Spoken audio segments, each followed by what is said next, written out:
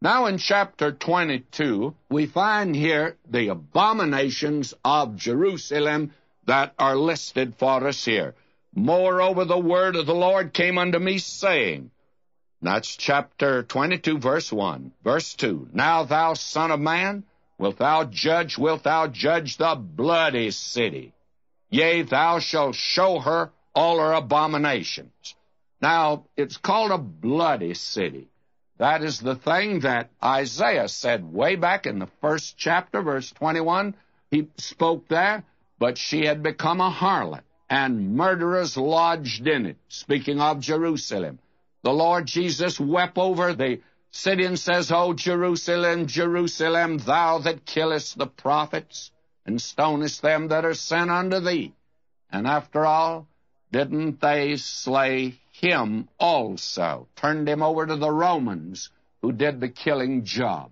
And it was Stephen who said to them, which of the prophets have not your fathers persecuted? And they have slain them, which showed before the coming of the just one, of whom ye are now the betrayers and murderers. And they cried out, his blood be upon us and upon our children. The Lord here says it's the bloody city. Then he mentions here in verse 6, behold the princes of Israel. And he is talking, of course, about the citizens that are there and the princes. And then again he mentions them in verse 27. Her princes in her midst are like wolves ravening the prey. And Paul warned the church of wolves in sheep clothing, and they're there today. Verse 25. Now also there is a conspiracy of her prophets in the midst of her. The false prophets were saying everything is fine, getting along nicely. Verse 26, her priests have violated my law. Now, Jerusalem is to be judged. Why?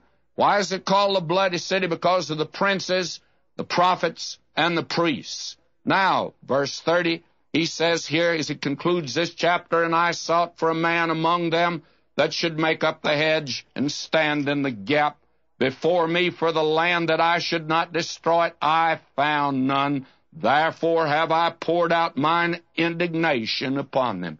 And friends, I don't know about you, but I thank God he found a man to stand between me, my sin, and a holy God. And that one is the Lord Jesus Christ, and God sees us in him.